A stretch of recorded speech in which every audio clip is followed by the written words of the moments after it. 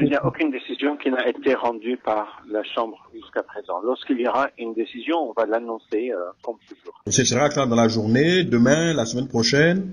Il n'y a aucune date qui a été précisée pour cette décision. Donc, ça dépend des juges et de leur délibération. Ça peut se faire aujourd'hui, ça peut se faire peut-être la semaine prochaine. On n'a aucune indication sur la date. Les objets électriques ou électroniques pourront avoir une seconde vie après usage, notamment les ordinateurs, les imprimantes, les téléphones portables, les appareils photonumériques, bientôt recyclables et réutilisables. Cette volonté du gouvernement s'est matérialisée par le lancement du projet de gestion des déchets d'équipements électriques et électroniques D3E et de punais usagés, un projet du ministère de l'Environnement et du Développement durable.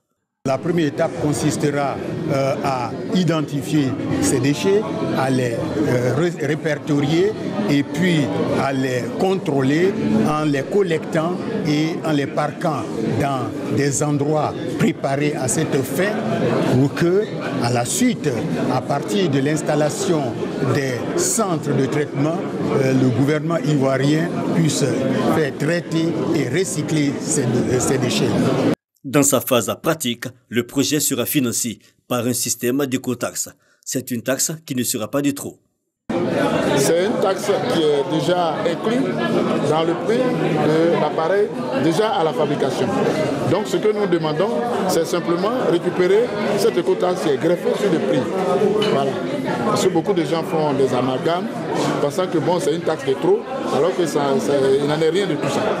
Le projet sera exécuté par deux groupements. La première chargée de l'enregistrement des produits et la collecte des taxes au compte de l'État et la seconde détruire et créer de nouveaux produits. À terme, 10 000 emplois verts pourront être créés. La diffusion de l'information financière, une exigence capitale pour assurer l'attractivité du marché régional auprès des intervenants que sont les investisseurs et les sociétés cotées à la Bourse des valeurs mobilières.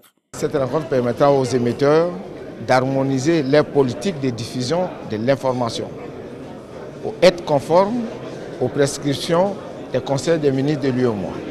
Les diffusions trimestrielles, qui n'est pas régulièrement faite par l'ensemble des émetteurs, semestrielles parce que tout le monde ne fait pas les arrêtés semestriels, et cela crée des dysfonctionnements au niveau de la diffusion de l'information financière.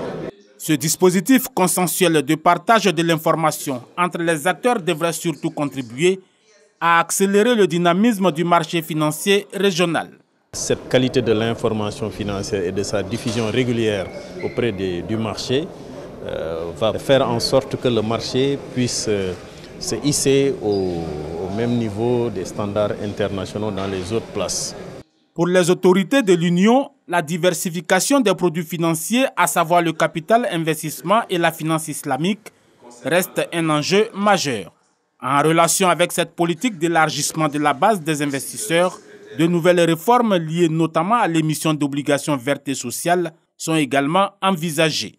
Ces nouveaux instruments qui sont axés autour d'enjeux écologiques et sociaux de la finance durable se positionnent comme une alternative remarquable du financement de nos économies au profit des populations de l'Union. Au titre de l'exercice en cours, plus de 790 milliards ont été levés sur le marché financier au 30 novembre 2018. Mais selon les projections, le seuil annuel moyen de 1 000 milliards de francs CFA sera franchi d'ici la fin de l'année.